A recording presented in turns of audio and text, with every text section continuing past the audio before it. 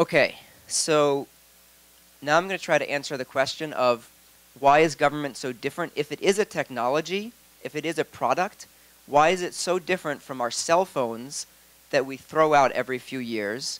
Our computers, we get new ones every few years. Our cars keep getting faster and shinier. But government doesn't seem to get better. In fact, in some ways, it seems to get worse. And I think this is a really important question, and one that I am sad to see very few libertarians asking. When I first got into asking this, it was because I said, I really, really want to live in a free society. Let me try to figure out how. And when I asked this question, I realized that everyone around me who I'd been arguing with and learning from and talking about freedom with, that none of them had even tried to answer this question. They'd all simply assumed that if you argued enough, spoke clearly enough, and spread the truth, that it would fix things. And I don't think that this is the case. It can help, but I don't think it's enough. And I think it's a big blind spot. So the way that I think about government is as several different levels. I don't know if people here are familiar with complexity theory, but it's related to the Hayekian idea of spontaneous order, that when you have many agents interacting, they can create something at another level. So at the bottom level, we have like a specific law, like what's the minimum wage. At the middle level, we have a system like representative democracy as embodied in Brazil's constitution or the US Constitution. And at the top level, we have kind of the industry, all of the governments in the world, and how new governments can arise and how people can switch between governments. And people seem to spend most of their time talking about policies, arguing about, you know, what should the minimum wage be? What's the best way to run a central bank, or should we have one? And the problem is that what matters is not what is the best law, but what laws come out of Brasilia. And you'll probably agree that those are not the best laws. And that the actual question we need to ask is, why do bad laws come out of Brasilia, and how could we make it so that better laws come? And this is a funny picture. So there's a natural question of like, okay, if talking about a specific law is not useful, and really we need to do these higher analytical complex things of analyzing the incentives of a political system like democracy, or analyzing the whole government industry, you know, why is it that that's not what we do? Why is it that all the libertarians that I knew for so many years went around just arguing with each other and saying, we should do it this way, we should do it that way?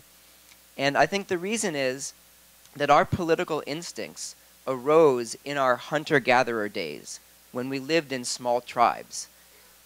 In a tribe of 150 people, if you were arguing about where the tribe should go next week, or, you know, how to divide up the buffalo meat, all you had to do was to come up with a good idea, explain it very clearly, explain it to a group of people who are your friends, get a group together that backed this idea, go take it to the larger group, and you could change things.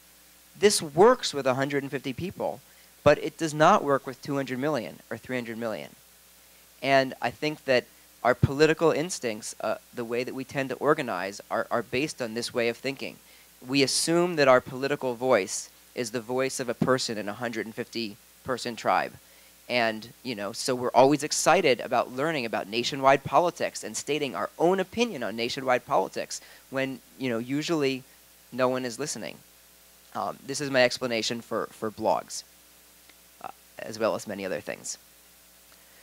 All right, fortunately, there is a school of economics called the Public Choice School that actually steps above policies and says, maybe if we constantly see that the laws passed in Brasilia are not the laws that smart economists say achieve the goals that Brasilia says they want, or that voters want, maybe if we see again and again this constant disconnect where certain people are rewarded and many people are hurt, maybe there's a systemic reason for it. Maybe if instead of treating democracy as a system for giving voters good rules that accomplish the goals of the voters, we should actually analyze it as a bunch of rational actors acting within a certain system of rules. And I'll give the example that my dad gave at the Liberty Forum for why democracy tends to give a very consistent, very predictable set of bad outcomes. And that bad outcomes is when you have a small organized group, they tend to benefit at the expense of everyone. And this happens again and again. Special interests win out over the populace. And the logic is very simple. This is basic public choice. You can read it yourself in Menker Olson's books, The Logic of Collective Action. And the logic is this. Suppose we're considering a car tariff, a tax on imported cars. Who does this hurt? It hurts all the consumers who now are less free to choose the best car. Who does it help? It helps the domestic companies that produce cars. Let's just suppose that it hurts every Brazilian by $100. 200 million Brazilians, that's a $20 billion cost. And now let's suppose that it helps 10 companies by $1 billion each. And I don't have time to go into it, but there's some basic economic logic which suggests that something like a tariff will almost always cost consumers more than it benefits these firms. So the benefit is $1 billion to each of 10 firms, $10 billion benefit, $100 cost to every Brazilian, $20 billion cost. On net, it costs the country of Brazil $10 billion. But a law like this will get passed every single time. And the logic is very simple. How will any of you even find out about this law? Who has time to read all of the laws they're debating in Brasilia so that you can find out which ones might cost you or gain you $100? How can you go advocate for stopping a law from being passed when the benefit to you is only $100? Maybe you spend 10 hours of your time, and if you make the difference in getting this law stopped, you've made $10 an hour. And that's the best case. Maybe you make no difference and you make no money. You'd have to organize in order to have, say, 1% of the interest in stopping this bill.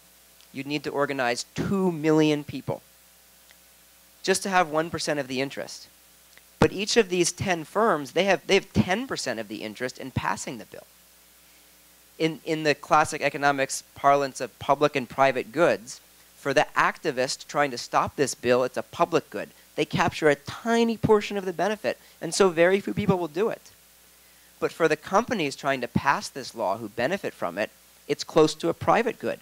Each of them captures 10% of the benefit, and so they'll work very hard to do it. These car companies will know that this law is up for vote. Maybe they even proposed it. We heard at the Liberty Forum from Carlos Ghosn about the car companies going to governments and asking for bailouts and subsidies. And they'll know about this law.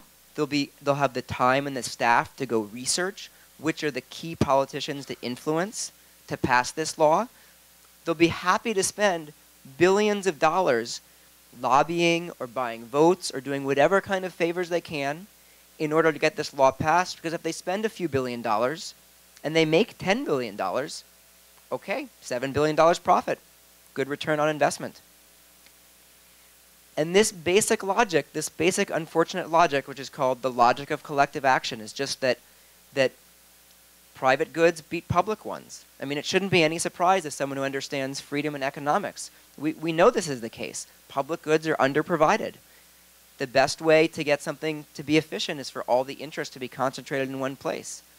But unfortunately, in the world of democracy, this same logic means that again and again, laws will benefit a select few at the expense of many.